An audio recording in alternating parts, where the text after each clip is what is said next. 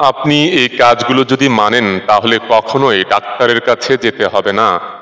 রাত 10টার মধ্যে অবশ্যই ঘুমিয়ে যাবেন। 5 ওয়াক্ত নামাজ অবশ্যই জামাতে আদায় করবেন। সকালে খালি পেটে উষ্ণ গরম 1 গ্লাস পানি পান করবেন। সকালের রোদ কমপক্ষে 30 মিনিট শরীরে লাগাবেন। আখরোট, কাঠবাদাম, কাজু বাদাম সহ সকল প্রকার বাদাম, খেজুর, 3 ও 4 কোয়া রসুন খাবেন সকাল 7:30টায়। প্রতিদিনের খাদ্য তালিকায় কমপক্ষে 2টি করে হাঁসের ডিম রাখবেন সকাল 11টায়।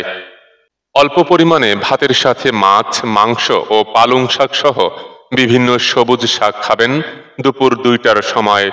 রেইনবো সালাদ যেমন শসা, টমেটো, গাজর, বিটরুট সহ সালাদের সাথে টক দই মিশিয়ে খাবেন বিকাল 5টায়।